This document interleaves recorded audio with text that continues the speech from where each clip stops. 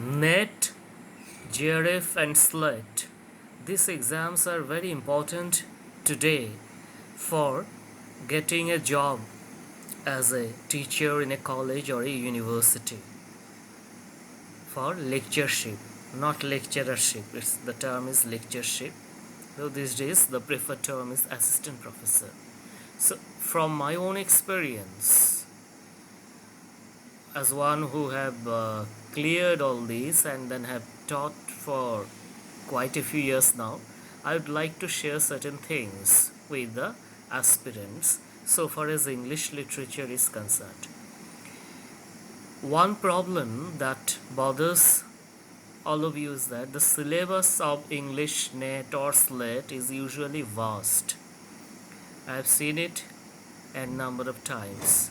Unlike economics or political science, where subtopics or sub-themes are given in different units or blocks in the prescribed syllabus, in English NET or even SLET, it is almost always the ages, age of Chaucer, age of Shakespeare, like that, and within which specific texts or specific movements, these are generally not given. Though these things keep changing, but then in English this has been a problem. So one most important thing is that whether you did it in your MA days or not, is a thorough familiarity with the entire history of English literature, mostly British literature and American literature. Because other literatures, histories, there will be questions from this, but then their proportion will be less. And at the same time, these are not very vast literatures in English from other areas. So I would recommend that please read thoroughly a detailed history of English literature. My preferred recommendation is for Andrew Sanders, The Short Oxford History of English Literature. But some may find the language difficult. In that case, you may have your own choice. You may also read the book Critical History of English Literature by David Deutsche. It's divided into 4 volumes or 2 volumes depending on the edition. There the language is lucid and critical, but you will get definitely more information in Andrew Sanders. So keep reading that, either Deutsche or Sanders, or if you like the Routledge history. So those are the bigger histories, and at the same time keep a small history of literature handy for quick revision. There the best is I. Evans, A Short History of English Literature.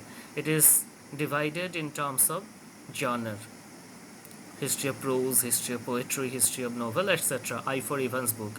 In fact, you may read that book first and get a concrete idea of the movements and the people, their names and their major works, and then go back to the detailed history. So in any case, I would repeat, a familiarity with the history of English literature is very important. At the same time, some major works of English literature, the details have to be known, because often there will be questions, though multiple choice, related to the characters. For example, is Abel Magwitch a character from Oliver Twist? Yes or no, that kind of thing. So you have to read Oliver Twist to know that. But it's actually humanly not possible to read all works exhaustively. So in addition to a history of literature, you also need to have one of those Oxford Companion or Cambridge Companions to English literature, or concise companions, but the bigger ones better. So there is one by Oxford, one by Cambridge. All these companions to English literature, they mostly give quite pretty good summaries of works, important works in English literature.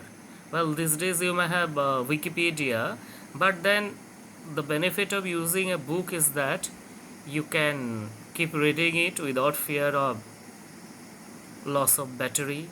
You can always go back and forth, and in fact it has been proved that reading books makes our memory stronger, because in on the net there is another distraction, that of hyperlink. So sometimes we keep on following one hyperlink after another, so finally what we started to learn we lose sight of. So it's better to have this kind of books. So at least one history of literature and one companion to English literature. As it is said in case of almost all important competitive exams, this is a competitive exam, NET, SLET, etc. Not for degree only. So in competitive exams, the rule is you have to know something of everything and everything of something. So these also applies here.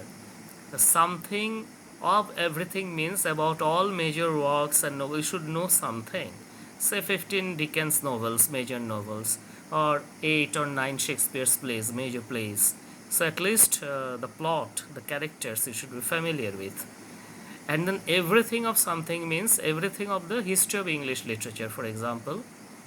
You have to read it thoroughly and know the chronological patterns, because often one kind of question is related to chronology. You will be given a few works as 1, 2, 3, 4. Suppose Paradise Lost, then Pilgrim's Progress, then Ulysses, and then Rasselas, for example, these 4 works. Then we will be asked to point out the correct chronology. There will be options, option A 1, 2, 3, 4, option B 2, 3, 4, 5. So unless and until you have a clear idea of history, you won't be able to do that correctly. So for that part also, the broad idea should always be there in your mind. Yes, specifically it may not be possible to remember date of each and every publication, but then as you keep on reading history of literature again and again, you will have a broad idea. Then definitely you can answer those chronology portion correctly. I'll elaborate more if you find this video interesting and if there is demand for this. Thank you very much.